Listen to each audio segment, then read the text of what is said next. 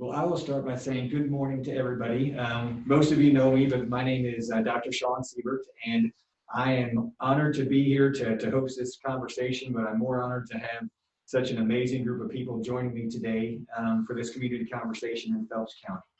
And I'm joined, so I'm in seat, and obviously we've got several on Zoom, but I've got the honor, I've got the Chief of St. James, the Police Department, Chief Jones is here with me in person. I also have the Mayor of St. James, Mr. Rick Perwicki is here. I also have one of our young adults, Madeline, is with her family. And then Cora is my intern, and then I've got Jane Johansson, and we all know Jane and owe her a big thank you for all that she does for being our liaison with the U.S. Department of Justice. So before I jump in, Jane, is there anything that you want to jump in and say to anybody real quick? All right. Hi, everybody. Thank you for joining us today. We're excited for this conversation. Thanks for taking the time, and especially to our young adults who are with us today. We're excited to hear what you have to say. Awesome. So basically, I'll start by saying that, like I said, I thank everybody for their time, and I'll be very sensitive to it, that try and keep this right at an hour. We've got an amazing group of people here with us. I've got too many, thank you to all of our consortium members for joining. I also want to give a shout out to Sheriff Lehman from Crawford County for joining this conversation. I see Jim Fleming with the City of St. James, and Dr. Grisham with Rolla High School, Casey with Phelps Health. So I also see Kelly with Missouri S&T, and Chris Link with the Missouri Job Center, and everybody at the MRPC team. So thank you to everybody. These conversations, as I work with our young adults that are in this conversation, I always tell them that fun is not the word I want to use, because this is too sensitive of a topic, but it's a positive experience, and I think that we are all going to learn quite a bit today. Where did this start? And then we'll jump right in. So some of you know me. I do a lot of motivational speaking and do a lot with entrepreneurship and innovation. And so I go into a lot of high schools and do a lot of public speaking, motivational talking. And about a year and a half, 2 years ago, I went into actually as a class at Rolla High School. And I give this talk, and we talk $50 by Friday, where we talk about ideas that people have, how they turn them into businesses. We talk about the Osage Trail legacy and the Osage Nation. We talk about a lot of startup ideas, and through that, I kind of share with them just different people that I've worked with and what the interactions that we've had, what it meant to them. And through that process, I'm blessed because I'm looking at Samantha Madison and Sheriff Lehman. We started a project in the Crawford County Jail coming up on 4 years ago. And we created this program called Rehabilitation Through Innovation. And in that process, we worked with a lot of individuals that were incarcerated, that had struggled with addiction, that were felons, and we got them back on the right path. And so when I go into these high schools, I don't just show them the business side of things. I also show them the pictures of me being in the jail and working with individuals that are incarcerated. And so I share all that because on this particular situation, I had a group, there's 30 students in the class, and the bell rang, and the students exited out, all except for just one. And she had stuck around, and it was very intentional. And so afterwards, she walked up to me, and she looked at me straight in the face, and she said, "Is it scary?" And the way that she said it, like, we had talked about 100 different things. We had, was it scary starting a business? It wasn't this. I knew exactly what it meant. And so I just looked at her and I said, "It's not as scary as what you've made it out in your mind to be." I said, "It's not a place that you want to be, but I know that you are concerned about somebody, and I can tell by the tears in your eyes that you are impacted by this." And I said, "Whoever it is," I said, "I just want you to know that they're going to be okay. And I also want you to know that you're going to be okay." And that was a moment for me, because it basically realized, and Easton and I are going to talk in a second about a word that I call normalize. Because from that point forward, it was about working with Jane and working with the Department of Justice to do these types of conversations, to reach out to different people so that we can normalize this conversation. As much as St. Louis Cardinals are playing spring training baseball, I want to know the story of addiction and recovery, and I want everybody else to know that it's socially acceptable to talk about these things. And through this process, so what we've got today is, what we presented to the Department of Justice is instead of bringing in working adults and professionals and we talk and the young adults listen, we kind of spin this on top of itself and we allow the young adults to guide the narrative. So today we're gonna discuss this. It's gonna be a very, like I said, positive, encouraging experience.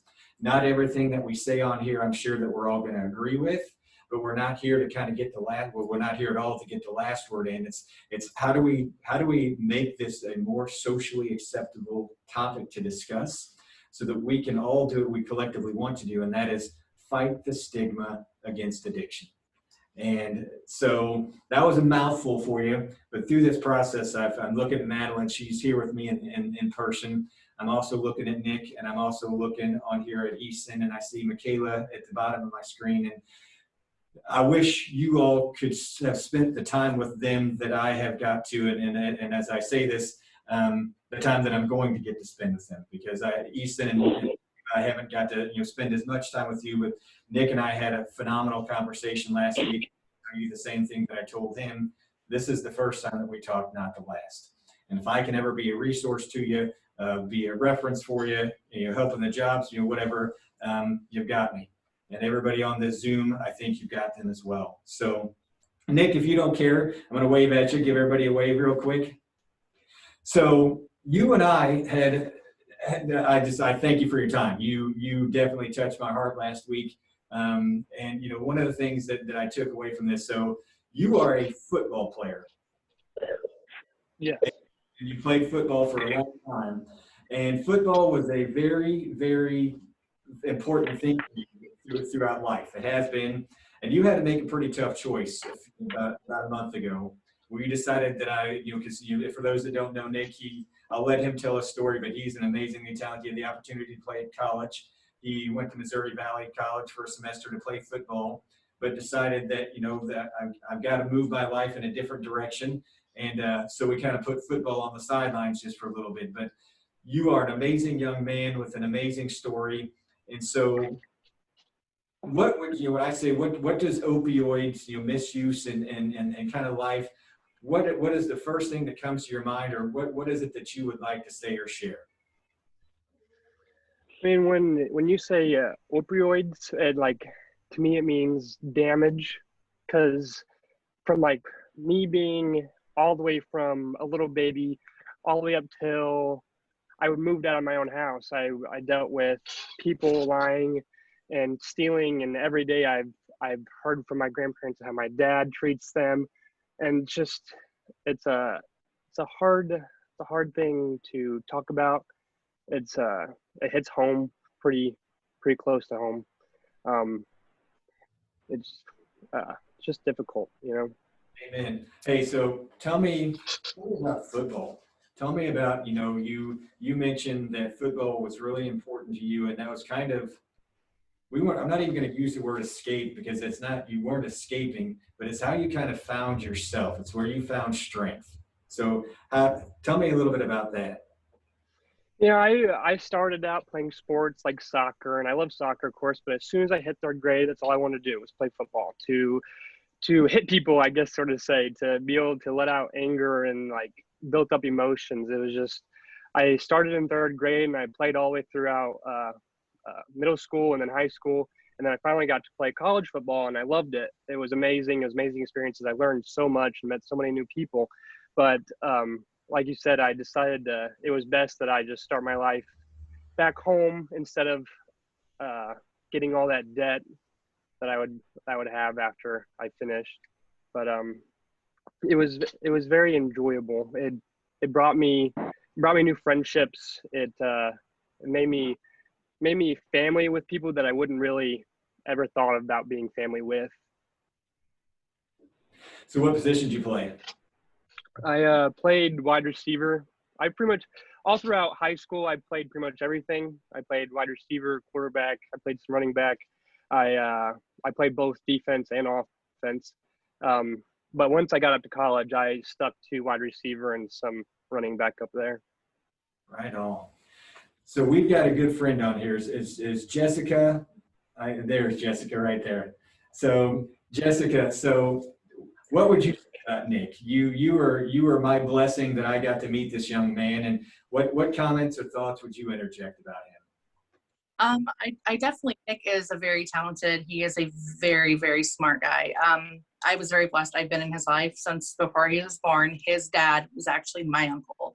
And I mean, just to add on to what Nick is saying, Nick has never not known his parents to be involved in opiate use. And that's really sad because I remember him before that, his dad, and I can tell you it's night and day. And they've really been shorted the opportunity that they should have had growing up to have a good relationship with family members, and they didn't. And it's really not fair. And to see Nick and his siblings where they're at now is quite amazing. I mean, given that the situations they were put in at a very young age, you know, you wondered if this would be, they would have a good outcome as adults. And sadly, they have several siblings that are much younger than them from dad as well. And, you know, you really wonder if they're going to have the same opportunities Nick and his sisters and them had. Thank you. Nick, I told you on the phone last week, you know, like looking at this is the first time I'm getting to see you in the flesh. You know, it was all over the phone, but unbelievably proud of you.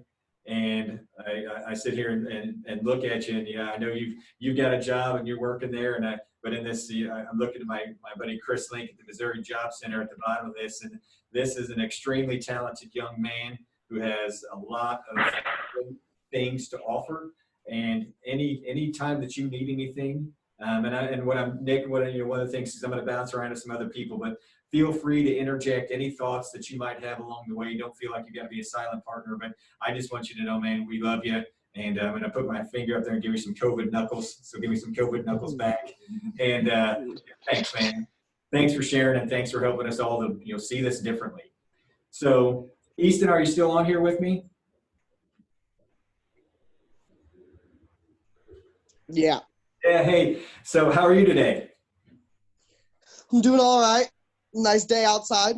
Amen. Well, hey, you and I had a really you basically had a really strong impact on me as well in a very positive way after you and I talked, because and if you don't mind me sharing, like I said, you see this, I want to say differently because we all see it differently, but you've known kind of addiction and opioid use for a long time. And from the standpoint of you didn't even know that it wasn't a normal thing until you got older. So is there anything that when you like any thoughts? Where's your brain at right now? What thoughts might you have that you want to interject into the conversation?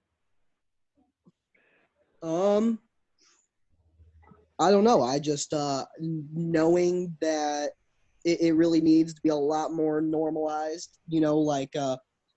Just able to help, more help instead of just locking people up for it. Like if people if they change the way that they are spending their money on putting people in jail and help the people that have or any other addictions, like they could put more money and time towards it so they could work on it better, because whenever I was in school, one of my favorite teachers that made the biggest impact on my life, she did drugs whenever I was in school, and she got into the school system and nobody knew. And she told me once I left school, she was like, just don't let your parents hold you back, nothing, it's all up to you, you know what I mean? And it just kind of showed me that, because I always had a really negative look at my parents because I was upset about what they had done for so long. Oh, but there you go. I didn't know. So we lost you just for a second. We lost your audio, but you grew up around this. Mm-hmm. And how, to the point where, and again, to your own level of comfort, but it was normalized because it's something that you saw every day. I won't say every day, but you saw regularly growing up. It was pretty much every day. Me and my brother knew, but I didn't know whenever I was younger. So, I kind of, I don't know, my mom and dad, they were really good people, just they got like stuck with it, and now they kind of only things that really impacted my life is that my parents didn't have a whole lot of time besides like going to work and coming home, and then they'd be like asleep because of what they do, you know. It's like I didn't get a whole lot of like interactions because of it, and so it gave me a lot of like really bad anxiety when I started getting older, because I never really interacted with people because I was always at home, or you know, my parents didn't really parent me too much, you know. I kind of always just lived on my own, so like that's kind of what I got out of it, is that, you know, you're the only person that you can like count on, but it shouldn't be that way, you know. You should be able to count on your parents, you know what I mean? And that's you know, it just needs to be, I don't know, something needs to be fixed, but I mean, if not, I shouldn't say fixed, something needs to be like worked on, you know. People shouldn't make such a hard impact on it, you know, because the people who are having a problem with it, it doesn't make it any easier for them. No, Ethan, and I want to say thanks, and I want to say thanks to Nick as well, Michaela, Madeline, because this takes a tremendous amount of courage, and but I want you to know that it has a huge impact, and I can say this, Easton, that you know, just like you said it, like one of the things that we talked about in the previous community conversation, and I want to bring it up here, is that part of what I hope the larger community can understand is that how addiction comes to be, and Right.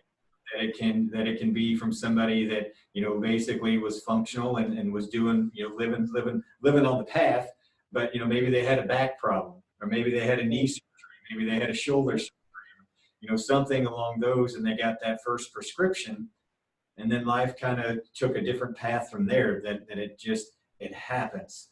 And I can look at, you know, even some people that are in on this Zoom with us that can sit there and say, I found my way back. And Right. that, I think that's part of the biggest challenge that I want with people to understand with the stigma, is that it does happen. And it happens in sometimes, you know, very unmeaningful and unintentional ways, that this wasn't necessarily something that somebody set out on, and this was the path, and this is where I'm going. Is it was something very innocent that unfortunately just sent us in a different direction. Yeah, I mean, that's how I think it, because like the older people, like the people who were getting prescribed medicine back then, that and they didn't know, well, they knew, but like the people who were getting prescribed it, they didn't know it was addicting. Well, now, you know, it's getting to a point now where there's people who are starting to do it just because like either they're having a hard time, or, you know, there's lots of other different reasons that people are doing it besides just when they got prescribed it when they were younger, you know. So I feel like there needs to be like something like, because it's getting more into youth now. Like it didn't. I'm sure it always has been that way, but I remember whenever I was in school, like I'd found Percocets on the ground whenever I was like in high school. So like I feel like it's getting like to a point where it's not like just only the people who got it prescribed to them, because I know friends who their parents weren't even like that they just chose to go out and do that. So like I don't know why they decided to do that, but I mean, now it's starting to change from people were giving it and it was okay, and now some people are still choosing to make that decision. And thank you. I'm gonna do the same thing that I did with Nick. I'm gonna give you some COVID knuckles. So if you can see me right up there on the screen. Thank you for your insights. And like I said, as we kind of bounce around, if you get more thoughts, feel free to interject them. So Krista, I'm gonna put you kind of, if you don't mind, right here. So I'm gonna flip this on a different side. Maybe come at it from a mother's perspective. You know addiction, and you've got an amazing family story. And so maybe just, you know, 2 or 3 minutes from a mother's perspective of what would you like to say? I oh, I got people knocking on my door. It's hard to watch your child go through anything that's wrong. And a parent's first instinct is to fix it. And you can't fix substance use. And no matter how hard you try, you can't. And It's heartbreaking, it's terrifying, and it's gut-wrenching. And with my daughter, we went through a lot. We had ups and downs, and the lowest of the low was whenever I found her overdosed. And having to, call 911 and give her CPR, knowing this is my kid and the needle is right there. And I know what it is, but I can't fix it and I can't stop it. And that's, as a mom, that is the hardest thing that I've ever done in my life. I mean, I was a teenage mom. I had my daughter very young and was single for 5 years and bad relationship. But compared to watching your kids suffer from addiction, there's nothing else that can compare. And, of course, if she would have died that day. But she didn't die. So, I mean, she did die. I mean, they brought her back with Narcan, thank God. But, and it didn't stop. You would think that after that it would stop, but it didn't. It continued. But she's so she is almost 3 years in recovery. And, knock on wood, it's a day by day, and anything can happen. And when you're in recovery and I can't speak to how someone in recovery feels, but I can watch her. And I know my daughter well enough to know that the struggle she faces now, not using drugs, affects her a different way than they did when she used drugs. She's no longer, especially when she's accused of doing something that she didn't do, it sends shivers down her core. Because, when she was using, she was doing all these things. And it wasn't anything to lie about it. But now she just doesn't have that in her. No, I thank you for letting me put you on the spot. I always enjoy it. So thank you for being with us in the conversation today. Michaela, can I give you a wave? How are you today? Oh, got yourself. Can you hit the unmute button? Yeah, can you hear me now? Perfect. It's good to see you. So you give me, oh man, if I could reach through the screen and give you a big hug, I would do that, because you give me a lot of hope. And I think your story is amazing. And as like I said, as much or as little as you feel comfortable sharing, you know addiction from a different side. It impacted you. So I don't want to get into your story too much, but what would you like to first start to share? Because I want to first say you are awesome. You are incredibly brave. And I love everything about, who you are as a person. And yes, gosh, it's just an amazing story. So what comes to your mind? What would you like to share with our group today? Addiction has affected me negatively. So what I think of whenever I think of addiction is just kind of like sadness, I guess. I really don't know, but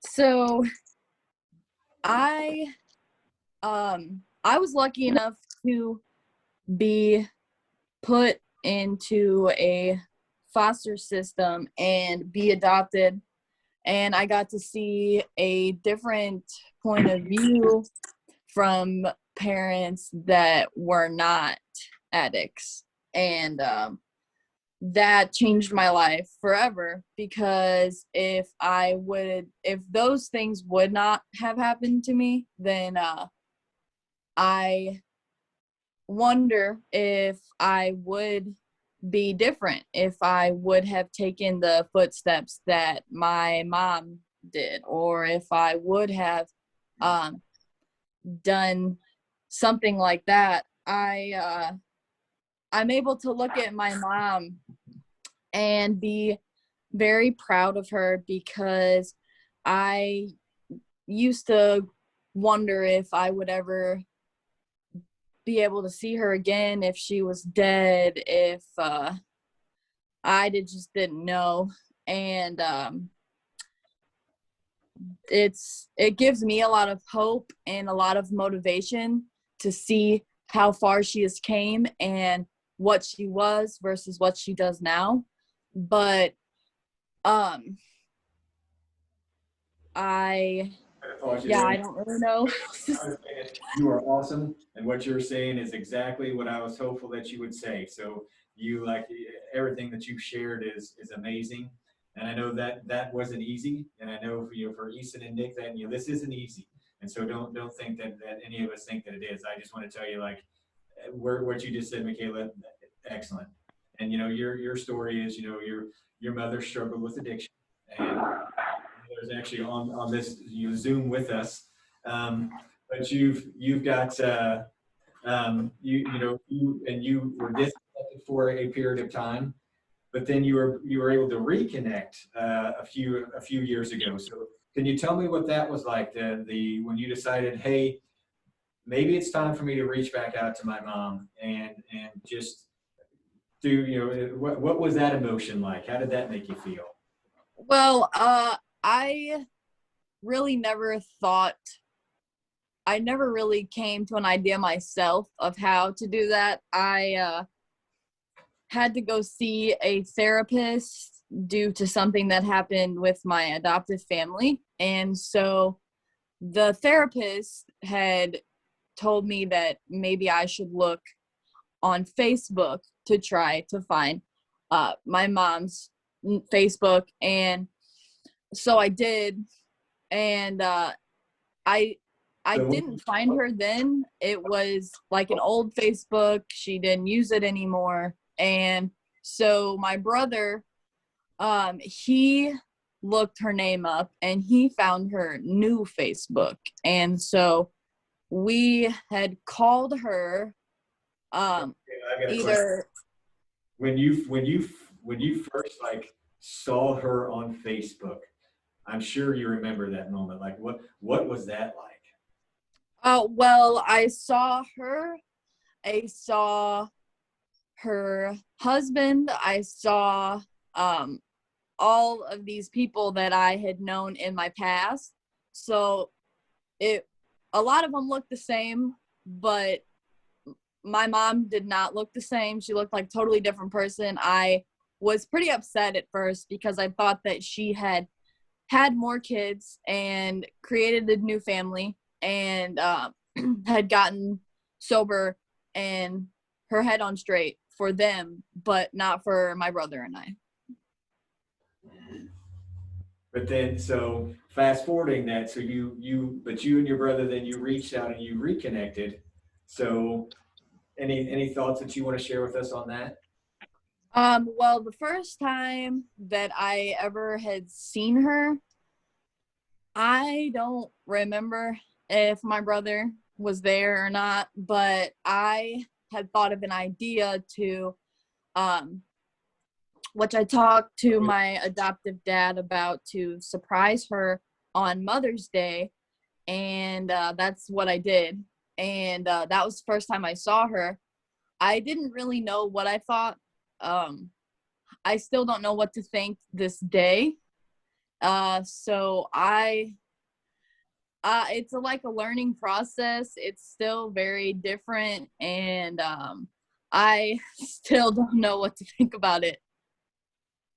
Well, I say this, man, you're awesome, and that was amazing. And I want to say thank you from the bottom of my heart for sharing. Thank you, thank you, thank you. I'm gonna give you some more. Hit me with some knuckles up here because I know that wasn't easy.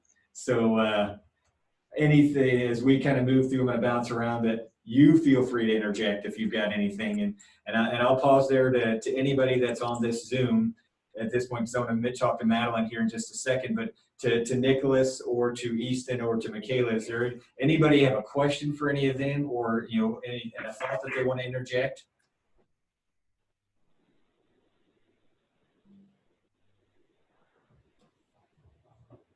No, okay. So Madeline, I'm going to have you. So you were right there on this camera right there. So Madeline, you thank you for being here with us today in person. And so when we talked about opioids and misuse, is there what comments would you like to bring to the conversation to your own level of comfort?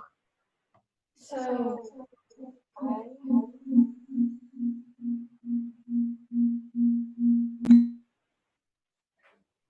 Should be good now. Go ahead. Okay, so I have a perspective from as a sister and as a daughter. My dad, he has done addiction since he was 18. He has had an addiction since he was 18. And he has stopped in for points of my life, but he kind of fell back on to drugs, I guess as a stress reliever. Absolutely. And my sister, Victoria, she actually started doing opioids and really anything she can get her hands on. About last year, she came home. She was in an unstable environment, has schizophrenia, so she started trying the stuff that was at her mom's, and it just turned her life around because she started telling lies to try and get money for it. Whenever she didn't get her way, she'd start telling lies about all family. She'd lose her kid. She lost her husband. She lost everything. And she just doesn't know how to, she wants help. She really does, but she doesn't know how to get it. Both her parents were addicts, and whenever you have addicts as parents, you see a different view, I guess. You want to know what's so important to them that they don't want to be with you. So That's very well said. I just think that for my sister and for my dad, they just wanted to get away, just had too many problems and just did not want to hurt anymore. Thank you. That was unbelievably brave and took a lot of courage, and thank you. I'm giving you some knuckles from afar. So Can I say something? you certainly can. Okay. As the addict in all the boxes, I would like to say that it's not your dad and your sister that they don't want to ignore you or not have anything to do with you. That's not what they're choosing. And I don't want you to think that. It has nothing to do with you as a person. It's them. I understand that. It's just the fact that I feel like that's what my sister was thinking. She got on them. Understand. So Madeline, what, and I don't even know that I'm going to ask this the right way because I don't even know that I know what I want to ask. But this has impacted you, and you know, part of this kind of goes to all of us as well, is what, and not necessarily what would you like to see differently, but as you, there's a reason that you were interested in being involved with this today. Like I can tell in our interactions that you wanted to be here, and I love that. And I'm just curious, what was your and motivation's not even the right word. You had something to share. You did an amazing job of sharing it, but I know that there's more. You're passionate about this. So where's your heart at? What are you thinking? And there's no wrong way to answer that. It's always hard to see someone go through the addiction, and it's hard to see them they want help, they really do, but they just don't know how to get it. They don't want to be out, they don't want to be outed for what they've done wrong. They want to be helped. And most people, whenever they see addicts, they feel that they chose their path and that they don't want to say deserve it, but that's what a lot of people think. And it's hard to see my sister and my dad go through that, not getting the help they need because people don't want to help them. Thank you. Very well said. So did everybody hear that okay? Does anybody, I'll kind of pause and go back to our group again. Is there anybody that has any questions or any comments that they would like to interject to any one of our young adults? Dr. Sean, I would like to say something. This is Krista. Please go right ahead.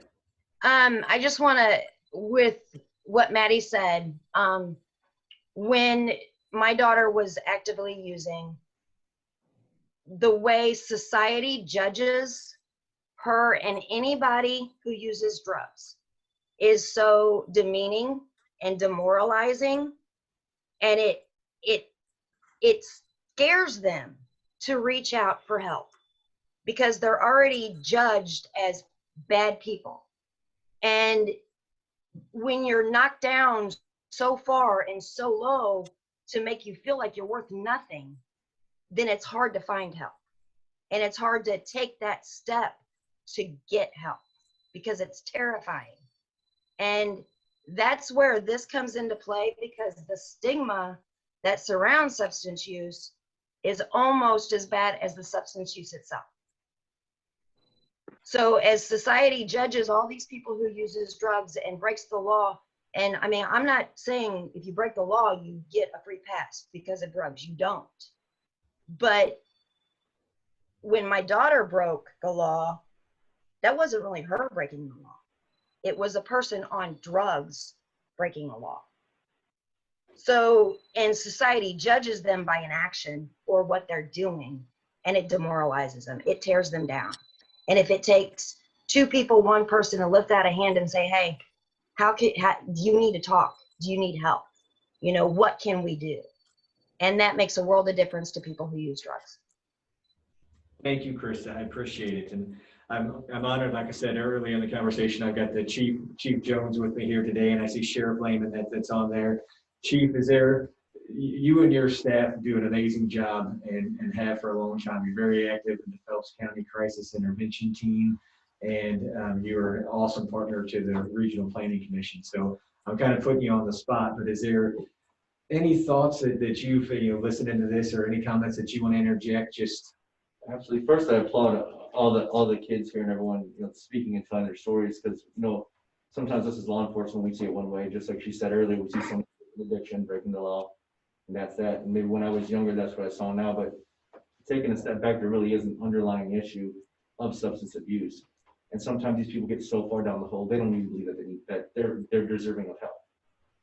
So for us to stop, take a minute, speak with them, try to offer them some resources, talk to them like human beings, and not somebody who just broke the law, who's on drugs, and help them move in the right direction. It might just take a nudge, another resource or something there just to push them forward a little bit. So I think a lot of what everyone's saying here and everyone's speaking up and having this discussion hopefully will lead to a bigger thing where we can help these people and fix the underlying issue. That's awesome. And you said it magic, that they are human beings. Because I think, Madeline, what you're saying, and I see Ashley Brooks that's on here with the Raleigh mission. And, one of the conversations that I had after the mission is, how sometimes, well, it's not sometimes, that addicts can be seen as less than human, or the homeless can be seen as less than human. And we've got to work to fight that stigma and so when you said that, Chief, that really resonated with me, because I love that's what your team is doing. And Madeline, I think you're exactly right, is how do we help? And how do we, you know, by doing this, that we can address that there doesn't need to be shame, that there doesn't need to be guilt, that at the end of the day, we all want the same thing, and that's for somebody to get their life back. So thank you, Chief, for that. And Madeline, thanks for your awesome insights as well. So Sheriff, did you have any comments? I'm kind of putting you on the spot as well, but anything that you wanted to interject? No, yeah, absolutely. I just appreciate the invite to be a part of this because I learn just as much from you all. Actually, it's refreshing to hear all sides. I echo what the Chief said there. You know, our job is it's not just to enforce the law, and I think that's where we get our blinders on at times. And as an administrator, you know, it's difficult to teach empathy to some of our deputies and our officers because just like I believe Krista said earlier, it's the stigma that surrounds it, and we get caught up in that because when we're dealing with people in the worst day of their lives every day, it gets to us as human beings too, and we fall into that same social norm of having to fight that stigma, and we treat people negatively, and we don't mean to. So we've got to really focus on look, we're dealing with human beings, and I think for so long we're taught as officers that it's a choice, it's a choice, it's a choice. And I'll be the first to tell you that, you know, 4 or 5 years ago, I've been doing this for 23 years now, I would have told you it's a choice. I no longer feel that it's a choice. And it took a long time for me to come to that realization because I am a pretty strong person and pretty well I've always been in control. Most officers are kind of control freaks. They're very strong type A personalities. So it's not a choice. Maybe that first or second time that you tried it might have been a choice, but after that it's no longer your choice. And I think that's very difficult for us because that's the way we've been taught for so long to get over. So the Chief is right. We've got to focus on the human side of things and be more empathetic. Awesome. And I also applaud each and every one of you for speaking up because I know it takes a tremendous amount of courage to do that. So thank you. Thank you. Nick, go ahead, buddy.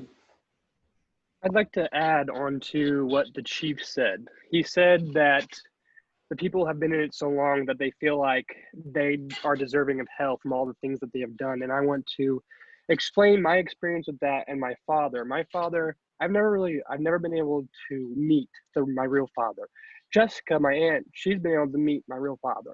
Me, I haven't been that lucky. He's always been on drugs ever since I was born. But that's what I think is happening with my father, is that he wants to get better for himself and for other people, but it's just he thinks he's so deserving of what he's getting now that he doesn't think he should be helped. And that being in this helps me with that because I want to be able to be that person that's there to help him and to open my mind a little bit more of what he's thinking. And just the fact that for my grandparents and for my siblings, I feel like this is going to help so much for my thought process and dealing with him. Just to touch on what he was saying, I was thinking when I made that, maybe I spoke out, came out the wrong way, but you see some addicts who have hit bottom, they're so far low that they don't feel they're deserving of the help at all. They feel they're undeserving, no matter how much you reach out to them. They feel that they're so far down the rabbit hole that there's no help for them and they're coming back out. And it just takes one person, it takes maybe several different people, it takes having conversations like this to help them see just a very little bit of light to help get them back up to the surface again. So again, you know, they can hit to a point now where they're teetering on that edge and they go over the line, they feel like they're down, they don't deserve anything more, and this is their life, they're gonna live it, that's the end of it. So And thank you. And Nick, thank you. And I'm gonna tell you right now, Nick, take a look at this screen right here. I don't know if you can see everybody like the way that I can see everybody. You got 30 people that want to reach through here and give you a hug. And same thing with Madeline, and same thing with Eason, and same thing with Michaela. Like, you have an army of people that are here for you. And Nick, I can tell you, there's people on this Zoom that I'm going to personally introduce you to, because I'm not trying to steal you from your employer, but I'd steal you from your employer in a second, because you are an awesome talent, and you're a great young man, and life is good for you. And I mean that. So just know that we love you. And I mean what I said. There's some people on here that I'm going to introduce you to, and you and I are going to hang out and drink a cup of coffee, and we're going to keep talking. So you're incredibly brave. And like I said, all of you for doing this, you know, takes so much courage. And we know that. So thank you. Before I keep, is there anybody else that you know, wants to interject a thought or a comment? I wanted to add on to what Nick had said. As far as his dad, one of the toughest things I think, and not to make excuse for it, is lack of funding and education. You know, obviously he doesn't have insurance. He really doesn't work. I can tell he's in the worst place ever. And I do think that with all the things that he has done wrong, he doesn't believe that he is deserving. But even if we got him to take that big step, or he chose to take the big step, what options does he have really? I mean, it would not, to me personally, I do not believe an outpatient service would benefit him whatsoever with where he is at in his life. And I can tell you that we've spent hours, my grandparents and I, looking and researching and calling, and a lot of times we hit the roadblock with, well, who's going to cover the cost of this? And now that you've had multiple places close their doors, you know, we're hitting even more of issues with trying to find the things that they need. And at this point, you know, and I can't speak for what's on here, but, you know, Nicholas has lost a lot of people due to overdose. You know, he lost essentially his stepmom. Her and his dad were together, I believe, 12 years, and she passed away in September from a drug overdose. And not even a month later, he lost, it would have been his uncle, but her brother. So it is extremely frustrating to continue this for these kids, his siblings, and everyone to watch this. But when we all talk about help, what kind of help do we give them? Thank you, Jessica. And I think that I won't even try and come up with magic words to say that I've got a solution, because I don't.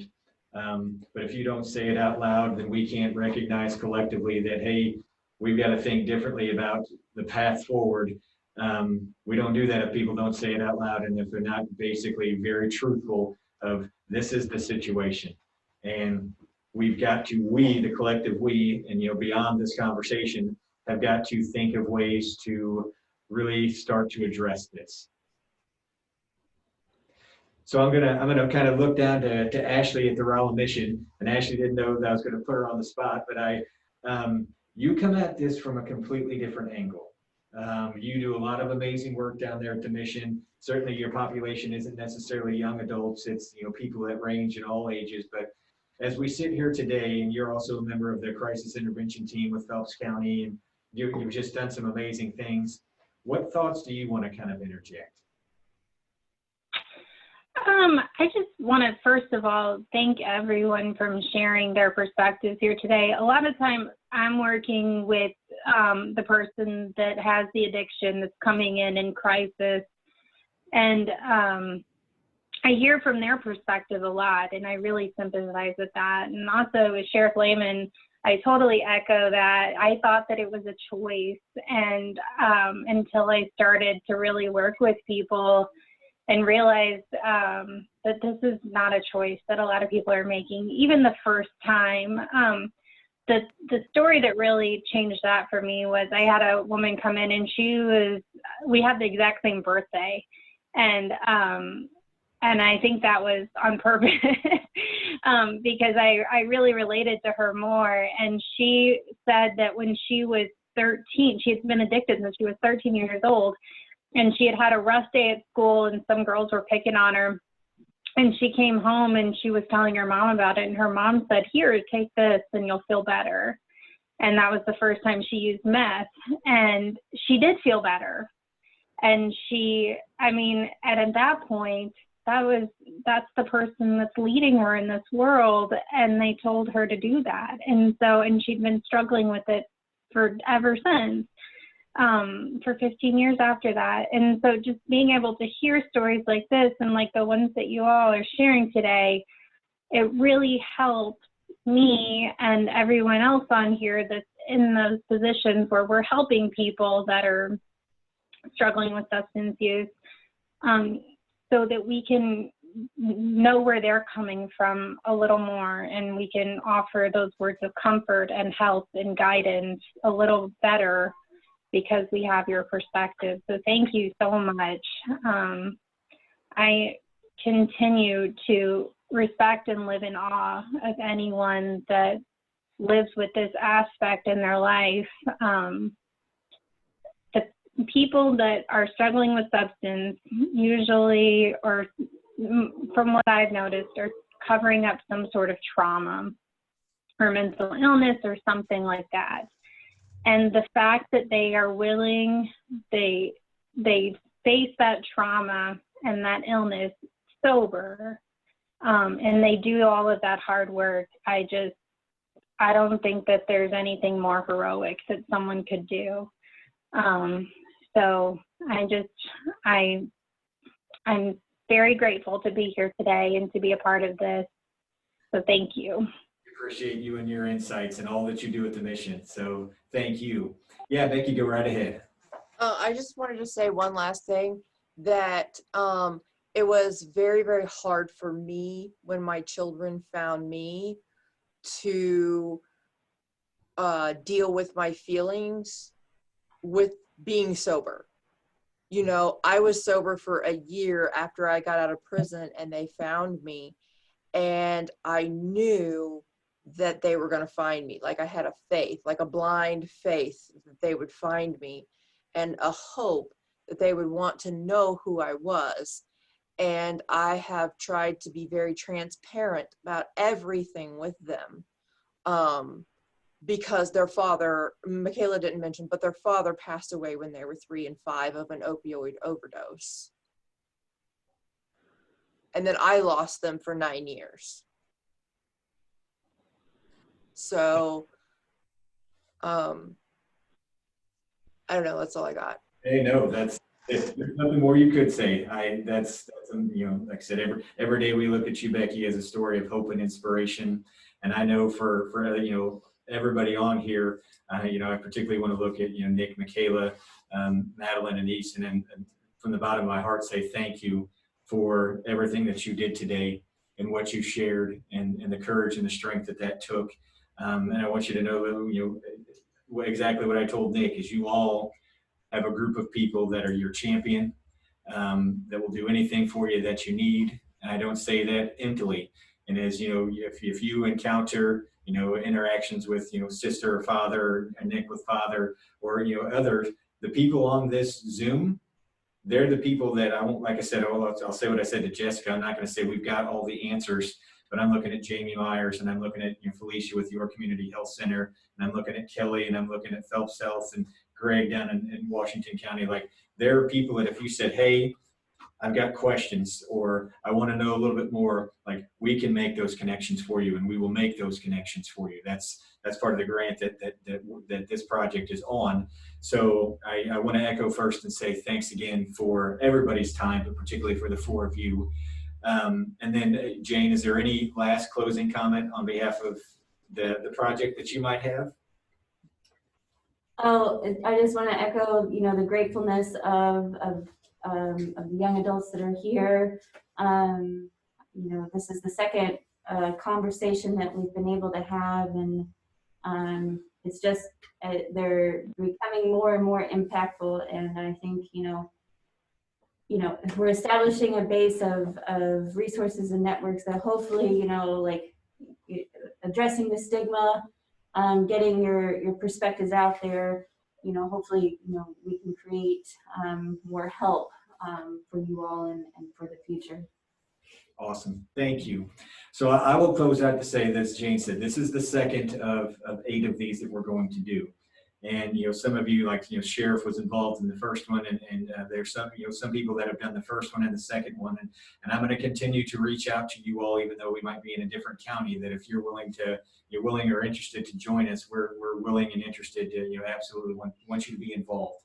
And I want to, you know, close by, you know, looking at, you know, Madeline and Michaela and Nick and Easton, and saying, what you did today matters more than you will ever know. That there are people that are, and I don't say this that are paying attention to this, and that this narrative, your stories of what you're doing, they're accomplishing what we want to accomplish. We're helping people to see this differently, and it's because of you that we're able to do that. So I want you to know that this is not empty, that there are people that are all around this country that are very interested in this, that Jane and I will have to give an update here in 15 minutes because they want to learn from what we're doing.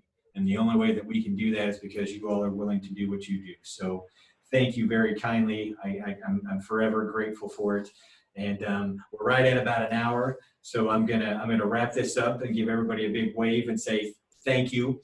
And please feel free to contact myself or anybody in the consortium if you've got any follow-up comments or questions or any any connections that you might need. Thanks everybody for your time today, and we'll be in touch soon.